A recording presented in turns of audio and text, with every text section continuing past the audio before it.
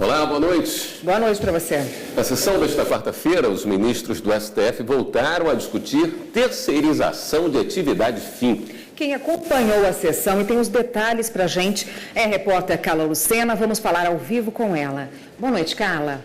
Oi, Érica, boa noite para você, boa noite a todos. Estão em julgamento aqui no STF uma ação e um recurso sobre a terceirização para a atividade fim. O julgamento dessas ações começou na sessão plenária da quinta-feira da semana passada.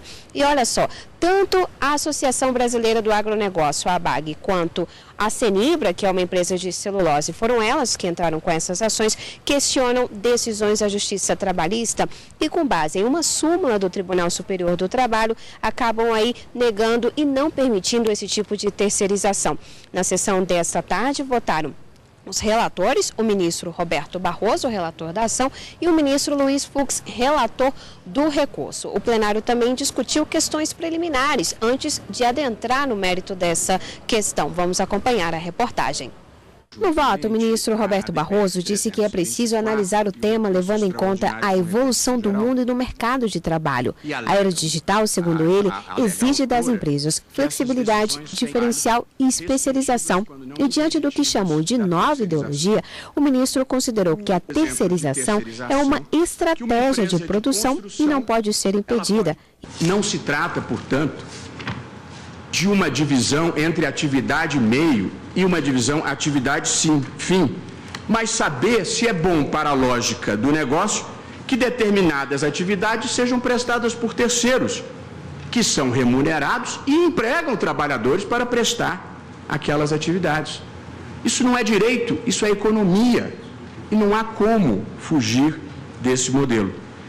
Esse modelo de produção flexível é hoje uma realidade em todo o mundo e, em virtude da globalização de mercados, constitui um elemento essencial para a preservação da competitividade das empresas. Após o voto do relator, o plenário começou a discutir questões preliminares. O primeiro ponto da discussão foi se a ação proposta pela Associação Brasileira do Agronegócio poderia ser julgada pelo STF.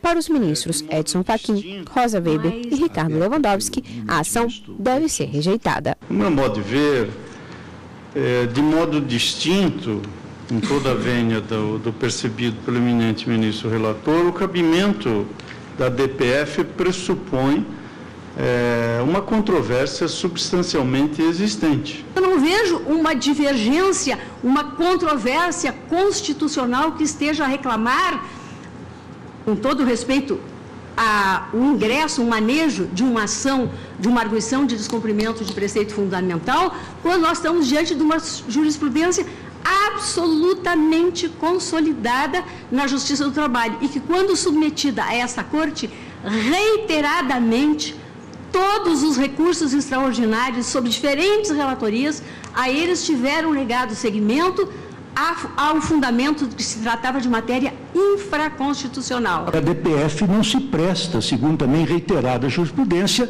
a examinar essas decisões já cobertadas pelo manto da coisa julgada. Mas os demais ministros consideraram que a ação deve sim ser julgada. De fato, entendo aqui cabível sim a DPF, já segundo escritos meus, antigos, e depois revisitados a partir da DPF 33. Lembrando que neste caso, a propósito do trânsito em julgado, se concedeu uma liminar suspendendo as decisões judiciais possivelmente contrárias a um dado entendimento, com exceção daquelas que já tinham transitado em julgado. A matéria é sensível, é relevante, tem envergadura constitucional e está a reclamar o pronunciamento Supremo.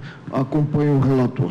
Também eu peço vênia à divergência, mas que foi muito cuidado, especialmente em algumas sustentações orais e nos memoriais, a circunstância de que estava se impugnando exatamente o que se contém na súmula no sentido de sua aplicação pelos tribunais e órgãos do Poder Judiciário. E por isso mesmo haveria uma litigiosidade, um contencioso a respaldar a arguição.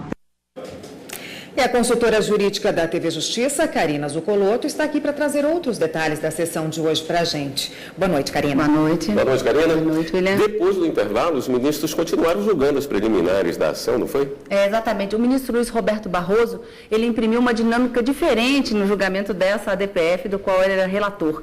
Ele iniciou pelo voto de mérito e, ao final, ele disse que das 5 preliminares que haviam sido suscitadas nessa arguição de descumprimento de preceito fundamental, nessa ação que está sendo julgada, todas elas ele rejeitava e, de uma forma bastante sumária, ele acabava excluindo todas aquelas alegações. Mas a ministra Carmen Lúcia pediu que fosse impressa uma outra dinâmica nesse julgamento, passando os ministros todos a votarem em cada uma das preliminares. No primeiro momento, então, na primeira parte da sessão, eles discutiram se era cabível ou não a ADPF para a discussão dessas decisões da Justiça do Trabalho divergentes envolvendo a súmula ou enunciado 331 do TST sobre a impossibilidade de contratação a terceirização para atividades fim. Haviam decisões que eram contra, outras a favor, e aí vem a ADPF e os ministros passaram a analisar se é possível que nessa ação, por meio dessa ação,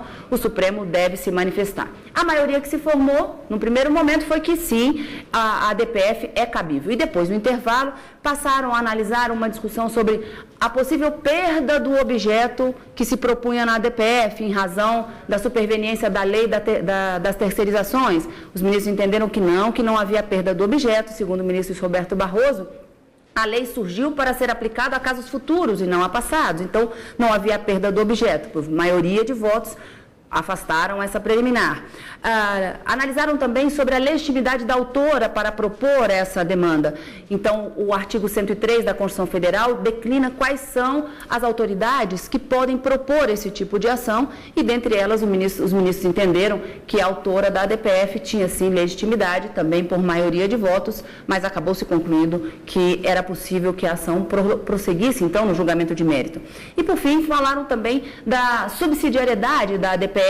Quando não houver um outro meio mais eficaz, é possível e é cabível a ADPF, que foi criada pela Constituição de 88. Nesse ponto, os ministros Edson Fachin e Ricardo Lewandowski sugeriram que fosse suspenso o julgamento dessa ADPF até que as ações diretas de inconstitucionalidade que foram propostas aqui no Supremo, que discutem a constitucionalidade da lei da terceirização, pudesse ser analisada dentro desse critério de subsidiariedade, mas ficaram vencidos também e o julgamento foi retomado. O ministro Luiz Roberto Barroso proferiu o finalzinho do seu voto, proclamou a ementa do seu voto no sentido da procedência da ação e a procedência do recurso extraordinário da relatoria do ministro Luiz Fux e, em seguida, o ministro Luiz Fux acabou votando nesse mesmo sentido. E aí vamos ver um trechinho, o finalzinho do voto do ministro Luiz Fux, em que ele proclama a tese do seu recurso extraordinário. É lícita a terceirização ou qualquer outra forma de divisão do trabalho entre pessoas jurídicas distintas, independentemente do objeto social das empresas envolvidas, revelando-se inconstitucionais os incisos 1, 3, 4 e 6 da súmula 331 do TST. Karina, esse julgamento retoma amanhã? Só os votos do ministro Luiz Roberto Barroso e Luiz Fux foram efetuados na sessão de hoje e amanhã essa discussão deve ser retomada com os votos dos demais ministros para ver se efetivamente a súmula do TST se mantém ou se é declarada incompatível com a Constituição. Obrigado pelo esclarecimento, Karina. Até amanhã.